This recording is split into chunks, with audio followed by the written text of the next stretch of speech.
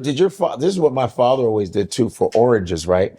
My father said, "Do you want orange?" We'd be like, "Yes, Dad. Do it the way you do it." My father would slice the whole thing Oh and yeah, be a yeah, big yeah. string, and he would Yeah. split the top. My dad would Wow, nice. take a Yeah. knife So and do go. you like I can do it for you. The orange, you take the orange. You'll eat orange. You'll never want to eat orange again, like because you take the orange off, and that white right. skin is still on. Yeah, My yeah, father would yeah. split the But top do and you, give it to as us. Nigerians say, do you suck it? No, pause. What you talking about? That's the Just phrase. No, that's what I said. As Don't ever talk to me Nigerians, like that. that's You said, "Do you suck it?" Man, hey, man. that's the Yo, phrase. whose man's is this right I here? knew it. I knew. You knew he was going. You knew he I was. knew. I was trying not to go. That's what I said. As Nigerians say, I'm like this, like because British. that's actually it. Like it's What? called you suck the orange. That's what it's. That's the eat phrase. orange, When man. you cut it like.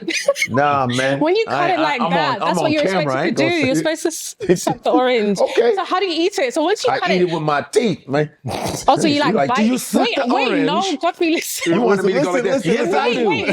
wait. So when it's in the white, Yeah, the top thing, part, you so eat then you it. just like this, or do you? No. You eat it and then you just Right. Okay. yeah. Cool. So he sucks. You it. can So no. he You essentially bite it. You sucks can it, bite it yeah. and eat that skin, the white part. No, you don't eat the white part. No, you don't. You guys different. You different. You have different parents. So man. Plus, she was the only Americanized. child. So now, as I was saying, Oh, in Nigeria, if I have an orange right now, I'll in show you what I'm Nigeria, talking about. honestly, it's literally called sucking orange. That's Man. when you eat it that way, it's My called father sucking would say, "Who orange. wants orange?" And he just, it's like an art form. I gotta say, I'll do experienced that for you too. Yeah, it's cool. I ain't gonna have you Especially sucking when it's nothing. chilled, right? It's been in the fridge and then Yeah, he just. Yeah. My father would just. It was beautiful. He'd let us keep the long. Yeah. yeah. cultural differences in Nigeria. The men will do the prostrate, right? Yeah. And for the women, Depending on the culture. Depending on the culture. yeah. But before it was, I felt like it was a norm. I think it's gotten a little too cool. Like, and then the women will do the inkunle, where they would do the getting to the knees. I mean, in my culture, I ain't got to do that, but What did you? if I'm dealing with a Yoruba person or right. Yoruba family, I'm happy to do Yorubas it. do that. Yeah. Okay. All Yeah. right. So was that different when you came from the UK to Nigeria and you saw like, what is this? Or did that throw you off, or were you already I mean, I accustomed always to it? knew about it, but yeah, it depends on the person. If it's like an older Yoruba person, then yeah, I don't mind just doing like a little one, But yeah, it's never been expected of me culturally. Yeah, it feels like it's faded off as the generation just. Yeah. I feel like my generation might have been the first one to kind of like, okay, I'm gonna do a half posture, and it's gone from a full To like, what prostrate up? to three Yeah. quarters What up, to the King? half, and then now it's just kind of a quarter What thing. up? Yeah, you be like, "What up, King? All right, I see you." It wasn't until I got older where I Yeah. started to realize just connecting back into kind of what was important. Because at first, growing up in American culture, and my parents would, tell me when we had elders come to the house, and I just felt like it was so weird because, that's not how my friends when I'm at school Right. were doing things. But as I've gotten older, I've started to appreciate one of the things, like even if I go to Japan or anywhere in the world, I love to kind of see what is it that they're doing traditionally? Like, in Japan, you do the whole bowing Yeah. thing. And I'm like, well, shoot, if I can do the bowing thing in Japan, why wouldn't I be able to do, this in Nigeria when I'm Right, meeting the right. elders? All right. So I got to ask you, what's the biggest difference between Nollywood and Hollywood? People hear Nollywood. It's exploded now. It's kind of in the lexicon of everybody now. Yeah. What's Yeah. the biggest difference? The biggest difference is, okay, let me just say this. Keep it real. Keep it No, 100. I mean, in Nollywood, we can shoot a whole feature in a week. We could do it. But here, they're taking 3 months. Months. And Yeah, 6 months and stuff like that. So that's one thing that's a massive contrast. I feel like, of course, in Hollywood, the quality is Do on you a see different the level. effects of it being too fast, though? Because they'll say, yeah, "You shoot a for movie in sure. 3 weeks." Have you ever seen movies that like, this is flawless and they only did it this long? Or do you go, no, you need an extension of time? I feel like if Nollywood had, we had more equipment, Got more funding, more time, we'd be able to produce even better films. Yeah. But then when you consider what we're working with, Two it's takes, move commendable. on. Yeah.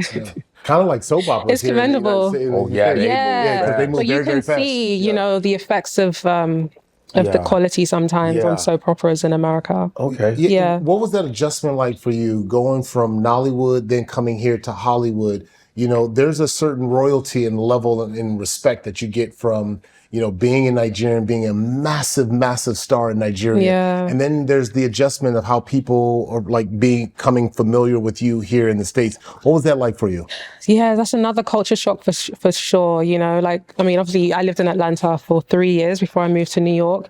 And, you know, like you said, in Nigeria, I'm a star over there. My lifestyle is very different. I have a driver, chef, basically everything I could ever want, you know. Yeah. But then when you move over here, it's like, you don't have access to these things anymore. No. And then I'm also dealing with the fact that nobody knows me here, you know. So you gotta just humble yourself, you know. I don't even like saying humble because nobody should be humbling me, but ground yourself. Yeah. Add words. Yeah, But I know, exactly. but we know what you meant. You know, you just- No, I, No, I you're looked right. up the definition of humble. Yeah. And it means to like feel lower I hate than. that, yeah. And I was like, I didn't know. I thought it was, Yeah. just, no, grounded. Is Ground, like yeah, grounded. yeah. That's funny because I did the same thing, and how I feel about the word humble is a bit, Yeah. yeah. But I feel like, the culture shock was definitely there, and I feel like in Atlanta, you know, I wasn't obviously not as busy, you know. So for me, my journey in the US initially was just about rediscovery, like rediscovering who I am, what I want, who I am away from my career. Because I feel like in Nigeria, I was just on the go.